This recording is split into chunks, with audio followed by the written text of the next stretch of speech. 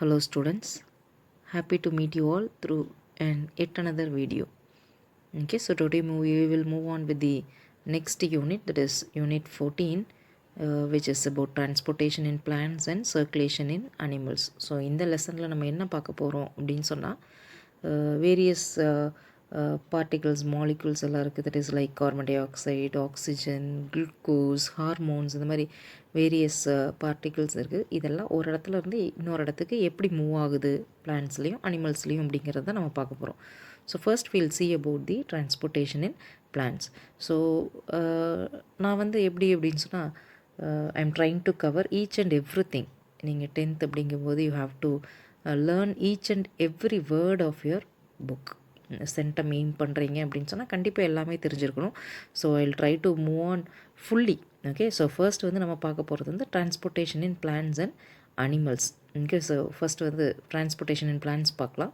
So இதில் வந்து first பார்ட்டில் இன்றைக்கி நம்ம பார்க்க போகிறது வேரியஸ் மீன்ஸ் ஆஃப் டிரான்ஸ்போர்ட்டேஷன் எப்படி நடக்குது அப்படிங்கிறது பார்ப்போம். அதுக்கப்புறம் வந்து ஒவ்வொரு வீடியோலையும் will see about root hairs and pathway, அதாவது வாட்டர் எப்படி ஒரு இடத்துலேருந்து இன்னொரு இடத்துக்கு போகுது, அந்த வழி எப்படி அப்படிங்கிறது. Then will see on with the say about the transpiration அப்படின்னு சொன்னால் லீவ்ஸில் வந்து water will be escaping through the stomata as water vapor. அப்புறம் root pressure, translocation அப்படிங்கிறது வந்து ஃபுட் பார்ட்டிகல்ஸ் ஒரு இடத்துலேருந்து இன்னொரு இடத்துக்கு பல்காக போகிறத வந்து டிரான்ஸ்லொகேஷன் அப்படின்னு சொல்லுவோம். So and ascent of sap. ஸோ இதெல்லாம் தான் நம்ம வந்து பிளான்ட்டோட டிரான்ஸ்போர்ட்டேஷன் பார்ட்டில் பார்க்க போகிறோம். So today in this video will see about the means of transport in பிளான்ட்ஸ். ஓகே, ஸோ டிரான்ஸ்போர்ட்டேஷன் அப்படின்னு சொன்னால் பிளான்ட்ஸில் பார்த்திங்கன்னா only 2 things. Okay, so first வந்து 2 மெயின் திங்ஸ் இருக்குது. ஒன்று வந்து water, okay, from the soil to various parts of the plant. இந்த வாட்டரோட மூமெண்ட் பார்த்திங்கன்னா ஒன் டைரெக்ஷனில் தான் இருக்கும், அதாவது அப்வர்ட் டைரெக்ஷனில் மட்டும்தான் இருக்கும். xylem vessels or xylem tissues will be carrying. So you remember like this, water, xylem tissues. அதே மாதிரி ஃபுட் அப்படின்னு பார்த்தீங்கன்னா it is carried by the phloem tissues. லீவ்ஸில் வந்து ஃபுட்டு ப்ரொடியூஸ் ஆகும். லீவ்ஸ்லேருந்து it is carried to various parts of the plant body. இது வந்து இதோட மூமெண்ட் டைரக்ஷன் பார்த்திங்கன்னா it may be from top to bottom or from the bottom to top, எந்த வழியாக வேணாலும் இருக்கலாம். ஓகே, ஸோ இது வந்து ஃப்ளோயம் டிஷ்யூஸ் மூலமாக நடக்கிறது. So water by xylem tissue and food is translocated by phloem tissues. Okay, so ஏன் அப்படின்னு சொன்னால் எல்லா பிளான்ஸாக இருந்தாலும் சரி, அனிமல்ஸாக இருந்தாலும் சரி, there are millions of cells இருக்குது. இந்த செல்ஸ் எல்லாத்துக்குமே எனர்ஜி தேவை. இந்த எனர்ஜி எப்படி கிடைக்கும் அப்படின்னு சொன்னால் ஃபுட்டை வந்து பிரேக் டவுன் பண்ணுறது, அதாவது குளுக்கோஸை வந்து பிரேக் டவுன் பண்ணுறது தான் அதோட மெயின் இது. அது மூலமாக தான் நம்மளுக்கு எனர்ஜி கிடைக்கிது. ஸோ அதுக்கு தேவையானது பொருட்கள் வந்து ஃபஸ்ட்டு வந்து குளுக்கோஸை ப்ரொடியூஸ் பண்ணணும், ஃபோட்டோசிந்தசிஸ் மெத்தடில் நடக்கும். அதுக்கப்புறம் குளுக்கோஸ், வாட்டர், ஸோ இதெல்லாம் வேணும். ஸோ இதெல்லாம் வச்சு so energy will be produced. So now we'll see about the means of transport in plants. So there are 5 means of transport: diffusion, active transport, osmosis, plasmolysis and imbibition. Okay, so first we'll see about the diffusion. So diffusion அப்படிங்கிறது வந்து moment of molecules, அதாவது molecules வந்து liquid or solid ஃபார்ம்ஸில் இருக்கிற molecules வந்து higher கான்சன்ட்ரேஷன்லேருந்து lower கான்சன்ட்ரேஷனுக்கு move ஆகிறது தான் டிஃப்யூஷன் அப்படின்னு சொல்லுவோம். So you can see in this picture. இந்த பிக்சரில் பார்த்தீங்கன்னா ஸோ இங்கே உள்ள வந்து லோவர் கான்சன்ட்ரேஷன் கம்மியான மாலிகூல்ஸ் தான் இருக்குது. வெளியே பார்த்தீங்கன்னா ஹையர் கான்சன்ட்ரேஷன் நிறைய மாலிகூல்ஸ் இருக்குது. இப்போது ஹையர் கான்சன்ட்ரேஷன்லேருந்து லோவர் கான்சன்ட்ரேஷனுக்கு மாலிகூல்ஸ் மூவ் ஆகும். எது வரைக்கும் மூவ் ஆகும் அப்படின்னு சொன்னால் ஈக்குவிலிபிரியம் க்ரியேட் ஆகிற வரைக்கும், அதாவது 2 சைடு ஈக்குவலாக இருக்கிற அளவுக்கு மூவ் ஆகும். இது வந்து இதுக்கு எனர்ஜி தேவையில்லை. So energy is not used. அதனால் இதை வந்து பேசிவ் ப்ராசஸ் அப்படின்னு சொல்கிறோம். ஸோ அதாவது மூமெண்ட் வந்து 2 விதமாக சொல்லலாம், active process and passive process. Energy use பண்ணுச்சுன்னா ஆக்டிவ் ப்ராசஸ், எனர்ஜி இல்லாமல் நடந்தது அப்படின்னு சொன்னால் பேசிவ் ப்ராசஸ். ஓகே, எப்படி நம்ம வந்து இப்போ ஃபார் எக்ஸாம்பிள் ஒரு மலை மேலேருந்து அருவி கொட்டுது அப்படின்னு வைங்களேன், water is falling from the mountain அப்படின்னு சொன்னால் மேலேருந்து கீழே வரும்போது எந்த எனர்ஜியும் தேவையில்லை, it will rush off. And ஆனால் அதே இது கீழேருந்து மேலே போகும்போது வந்து நம்ம என்ன செய்யணும், வி நீட் சம் எனர்ஜி, ஏதாவது ஒரு பம்போ மோட்டார்ஸ் ஏதாவது ஒன்று யூஸ் பண்ணணும், எனர்ஜி யூஸ் பண்ணணும். ஸோ இங்கே வந்து டிஃப்யூஷனில் so movement of molecules either from in the liquid or solid form they will be moving from higher concentration to lower concentration. So energy is not used, so you call this as passive process. So second one is about active transport. ஏற்கனவே நான் சொன்னேன் active டிரான்ஸ்போர்ட்டில் வந்து energy will be used. Okay, so இங்கே வந்து moment எப்படி இருக்கும் அப்படின்னு சொன்னால் லோவர் கான்சன்ட்ரேஷன்லேருந்து ஹையர் கான்சன்ட்ரேஷன். இந்த எக்ஸாம்பிள் பார்த்தீங்கன்னா தெரியும், இங்கே கம்மி மாலிக்யூல் தான் இருக்குது, ஹைட்ரஜன் அயன்ஸ் இருக்குது, இங்கே வந்து நிறைய இருக்குது. பட் இதை வந்து நம்ம அந்த பக்கம் கொண்டு போகணும். இதுக்கு வந்து எனர்ஜி தேவைப்படும். இதுக்கு வந்து ஏதாவது ஒரு மோடு இருக்கணும். அதாவது இதை எடுத்துகிட்டு போகிறதுக்கு ஏதாவது ஒரு மாலிக்யூல் இருக்கணும். எடுத்துகிட்டு போகிறதுக்கு யூஸ் ஆகிறது தான் வந்து பம்ப் அப்படின்னு சொல்லுவோம். That is these are membrane bound proteins. Okay, protein molecules, சில ப்ரோட்டீன் மாலிக்யூல்ஸ் வந்து they act as pumps, okay, to carry these molecules from lower concentration to higher concentration. இது வந்து ஒரு கான்சன்ட்ரேஷன் கிரேடியண்ட்டுக்கு எகெயின்ஸ்டாக நடக்கிறதுனால இதுக்கு எனர்ஜி தேவைப்படும். ஓகே, ஸோ இதை வந்து uphill movement or uphill transport அப்படின்னு சொல்லுவோம். Okay, and third one is osmosis. So இது வரைக்கும் நம்ம வந்து மாலிகூல்ஸ் மூவ் ஆகும் அப்படின்னு பார்த்தோம். So osmosis is a method in which the solvent or water molecules will be moving. அதாவது மாலிகூல்ஸ் மூவ் ஆகாது, ஆனால் இந்த வாட்டர் வந்து ஹையர் கான்சன்ட்ரேஷன்லேருந்து லோவர் கான்சன்ட்ரேஷனுக்கு மூவ் ஆகும் அப்படிங்கிறது தான் வந்து ஆஸ்மாசிஸ். இந்த ஆஸ்மாசிஸில் ஒரு இது என்ன அப்படின்னு சொன்னால் there will be a semi permeable membrane in between them. just see this example. இது ஒரு ஜார் இருக்குது, இதில் வந்து நடுவில் இருக்கிறது semi permeable membrane. Semi permeable membrane அப்படின்னா என்ன அப்படின்னா it will not allow every thing to pass. இது வந்து எல்லாத்தையும் அந்த பக்கம் போக விடாது, ஆனால் செலக்டிவ் சப்ஸ்டான்சஸை மட்டும் அலோவ் பண்ணும். அதனால தான் செமி பெர்மியபிள். பெர்மியபிள்னால் பாஸ் பண்ண விடுறது, செமி சிலதை மட்டும் விடுறது. ஃபார் எக்ஸாம்பிள், இப்போ நீங்கள் வந்து ஒரு கிளாத் எடுத்துகிட்டு அதில் வந்து water mixed with soil mix பண்ண வாட்டரை வந்து ஊற்றுனீங்க அப்படின்னு சொன்னால் இந்த கிளாத் என்ன செய்யாது, சாயில் பார்ட்டிகிள்ஸை வந்து அந்த பக்கம் பாஸ் பண்ண விடாது, ஆனால் வாட்டர் மாலிகூல்ஸை விடும்.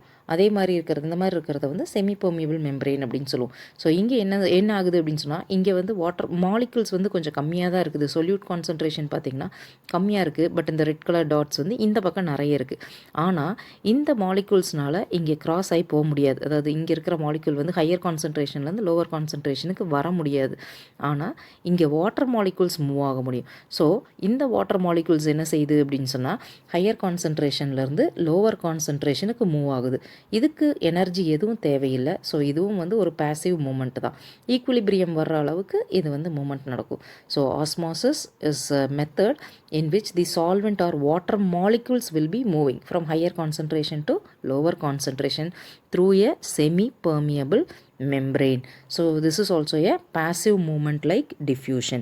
Okay, next we will see about an demonstration about osmosis. So இது வந்து ஒரு ஆக்டிவிட்டி கொடுத்துருக்காங்க. இதில் வந்து என்ன அப்படின்னா ஆஸ்மாசிஸை ப்ரூவ் பண்ணுறதுக்கு ஒரு டெமான்ஸ்ட்ரேஷன். ஸோ இதை வந்து திசில் ஃபனல் அப்படின்னு சொல்லுவோம். இந்த திசில் ஃபனலில் வந்து ஃபர்ஸ்ட் நம்ம என்ன பண்ணுறோம் அப்படின்னு சொன்னால் அதோட மவுத்தை வந்து பார்ச்மெண்ட் பேப்பர் வச்சு கவர் பண்ணுறோம். பார்ச்மெண்ட் பேப்பர் அப்படின்னு சொன்னால் ஒன்றும் இல்லை, நம்ம வந்து பட்டர் பேப்பர் ஆர் பேக்கிங் பேப்பர்லாம் பார்த்துருப்போம். ஸோ அந்த மாதிரி பேப்பரை தான் parchment paper, PARCH, parch MENT, parchment பேப்பர்னு சொல்லுவோம்.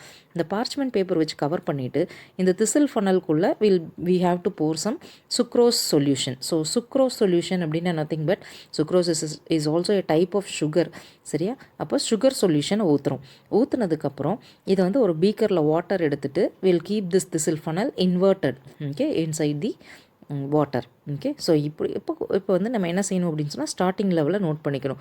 After few hours you can see that this level of the sucrose solution must have increased. அதாவது கொஞ்சம் நேரம் கழித்து பார்த்தீங்கன்னா இங்கே இருக்கிற வாட்டர் மாலிகூல்ஸ் இந்த பார்ச்மெண்ட் பேப்பர் வழியாக டிஃப்யூஸ் ஆகி மேலே ஏறி இங்கே வந்து லெவலை இன்க்ரீஸ் பண்ணியிருக்கோம் சுக்ரோஸ் சொல்யூஷனை. So this is the example for demonstrating activity for demonstrating osmosis. So once வந்து இந்த கொஷினை வந்து லாஸ்ட் இயர் ஒரு தடவை ஒரு கொஷின் பேப்பரில் பார்த்தேன். அதாவது இந்த செட்டப் கொடுத்துட்டு 2 கொஷின் கேட்டிருந்தாங்க. ஒன்று வந்து எதுக்காக இந்த எக்ஸ்பெரிமெண்ட் அப்படிங்கிறது, இது வந்து எதை ப்ரூவ் பண்ணுறதுக்கு இந்த எக்ஸ்பெரிமெண்ட் யூஸ் பண்ணுறோம் அப்படிங்கிறது ஒரு question. Second one label this part, identify this part அப்படின்னு சொல்லிட்டு இந்த பார்ச்மெண்ட் பேப்பர் அப்படிங்கிறத வந்து மார்க் பண்ண சொல்லியிருந்தாங்க. Okay, so students don't omit any activity or do you knows. Okay, so செம்டம் மெயின் பண்ணுறீங்க அப்படின்னு சொன்னால் ஆக்டிவிட்டி, do you know இந்த மாதிரி எதையுமே ஒமிட் பண்ணாமல் படிக்கணும். Okay, so next will move on with the plasmolysis. So plasmolysis அப்படின்னா நத்திங் பட் இப்போ ஒரு செல்லுக்குள்ளே வந்து water content will be there. So when the water content moves out of the cell, செல்லுக்குள்ளேருந்து வாட்டர் கண்டென்ட் வெளியே வரும்போது இந்த செல் மெம்பரேன் ஷ்ரிங்க் ஆகும், சுருங்கி போயிடும். So already we have learned that plant செல்லில் வந்து there will be a cell wall and a cell membrane. Plant செல் பார்த்திங்கன்னா ஒரு செல் வால் இருக்கும், ஒரு செல் மெம்பரேனும் இருக்கும். இந்த செல் வால் வந்து ரொம்ப திக்காக இருக்கும். It is made up of cellulose. So it will be hard and thick. அப்போ அது வந்து இதோட ஷேப் சேஞ்ச் ஆகிறதுக்கு பாசிபிலிட்டிஸே கிடையாது. அப்போது வாட்டர் மாலிகுல்ஸ் மூவ் அவுட் ஆகும்போது என்ன செய்யும் அப்படின்னு சொன்னால் செல் மெம்பரைன் மட்டும் ஷ்ரிங்க் ஆகும். ஷ்ரிங்க் ஆகும்போது நம்மளுக்கு வந்து ஒரு plasmolysed cell will be looking like this. So cell membrane will be shrinking away from the cell wall. Okay, so this is called as plasmolysis.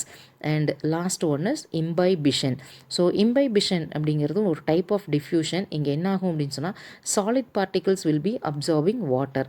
அதாவது நம்ம வீட்டிலலாம் வந்து பார்த்திங்கன்னா ஒரு பாசிப்பயிரோ இல்லைன்னா ஏதாவது ஒரு சீட் வெரைட்டிஸ் எடுத்து கொண்டக்கடலை இந்த மாதிரி ஏதாவது எடுத்து தண்ணியில் ஊற போட்டோன்னா அடுத்த நாள் பார்த்தா கொஞ்சம் பெருசான மாதிரி இருக்கும். ஸ்வெல்லன் ஸ்டேட்டில், அதாவது வாட்டர்லாம் கொஞ்சம் அப்சர்வ் பண்ணி கொஞ்சம் பெருசான மாதிரி இருக்கும்.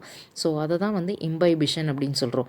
ஓகே, எக்ஸாம்பிள் வந்து absorption of water by seeds and dry grapes. So இதெல்லாம் போட்டு வச்சோன்னா காலையில் பார்த்திங்கன்னா கொஞ்சம் ஸ்வெல்லன் ஆகிருக்கும். இதை தான் இம்பைபிஷன் அப்படின்னு சொல்கிறோம். இந்த இம்பைபிஷன் நடக்கலை அப்படின்னு சொன்னால் seed germination will not be possible. அதாவது இம்பைபிஷன் நடக்கலை அப்படின்னு சொன்னால் ஒரு சீடு வந்து அதிலிருந்து முளை வராது, புதுசாக ஒரு செடி முளைக்காது. Okay, so imbibition is the most important concept. Okay, today we have seen about 5 means of transport in plants, அதாவது diffusion, active transport, osmosis, plasmolysis and imbibition. So diffusion and active transportல molecules will be moving. So டிஃப்யூஷனுக்கு energy தேவையில்லை, active டிரான்ஸ்போர்ட்டுக்கு energy is needed. ஆஸ்மாசிஸில் the liquid particle will be moving. Since அந்த semi permeable membrane இருக்கனால molecules move ஆக முடியாது. So the liquid particles will be moving.